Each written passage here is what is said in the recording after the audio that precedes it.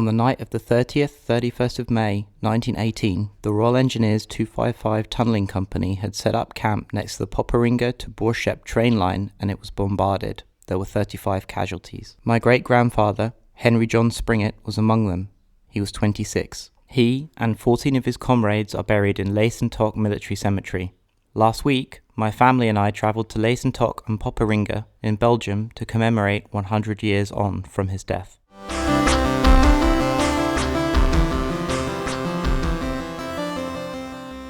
Last Thursday, my mum, dad, little brother and my uncle Michael travelled to Leysentok in Belgium. We woke up at dawn and drove from Thanet to Folkestone to get the Channel Tunnel, over to Calais and then on to Belgium.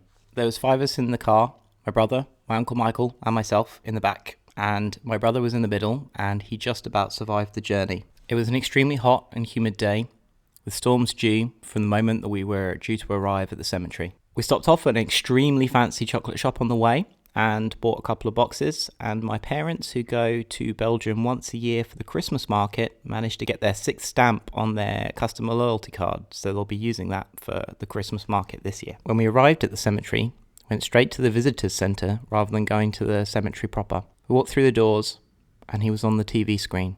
May 31, 1918, Springett, Henry John. Henry grows up in Ramsgate. His father is a bricklayer and his older brother works as a plasterer. Henry marries Lillian on the 24th of December 1912. She is 5 months pregnant at the time. Their first son is born in March 1913. Henry enlists in May 1915 and is appointed to a company of Royal Engineers. He is promoted to the rank of corporal in July 1917. Henry is seriously wounded in the head in early January 1917.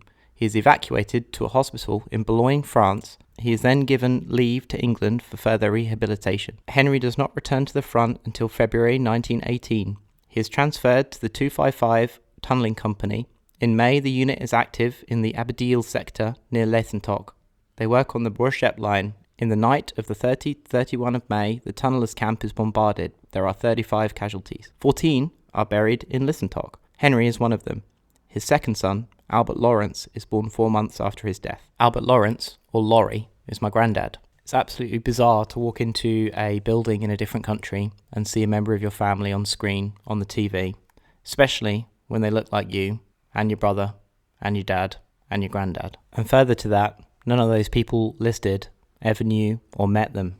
We always thought that Great Uncle Owen was born in 1914, 4 years apart between him and my granddad. But we learn last week that he was born in 1913. There's nothing like 100-year-old tea. It also may explain Great Uncle Owen's big smoky bonfire that the family refers to, where he burnt a lot of the family documents. Because he was on the television, we could print off the details of the grave location of my great-granddad. So we printed it off and then headed into the cemetery. I don't know if you've ever been to a war grave cemetery, but the row upon row of white headstones is remarkable. Leysentok is a relatively small cemetery in comparison to some of the others, but it still took us a while to find his gravestone.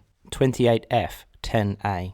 And there it was, relatively unappointed, some roses growing in front of it. 548425 Corporal Henry John Springett, Royal Engineers, 31st of May 1918, age 26, with a cross. My mum placed a ceramic poppy in front of it amongst the roses. My dad had brought Henry John's pocket watch that he was given as a wedding present. He's had it restored and he just brought it and kept it in his pocket. He showed me later as we were walking away from the grave. My uncle Michael said some words and I read 1 Thessalonians 4, 13 to 18. I read it from my great Uncle Owen's King James First Bible. It used to be his mother's, Henry John's wife, Lily. At some point in the past, Owen wrote, "This was my dear mother's book," in the front. It was given to her in 1907 and then to him in 1925. Both entries share the same address, Sol Street, St. Peter's, the house that my granddad grew up in. After we'd finished paying our respects, we walked through the cemetery to find the infographic fence that runs the whole length of the cemetery from one side to the other. Whilst we were there, we met a Dutch and French family who were signing the visitor's book. We were going to sign it as well. They'd printed off Henry John's piece of paper and were on their way to find him as we were leaving. My brother is fluent in French and he spoke to them about what we were doing, and we also discussed the military hospital and various other things while we were there.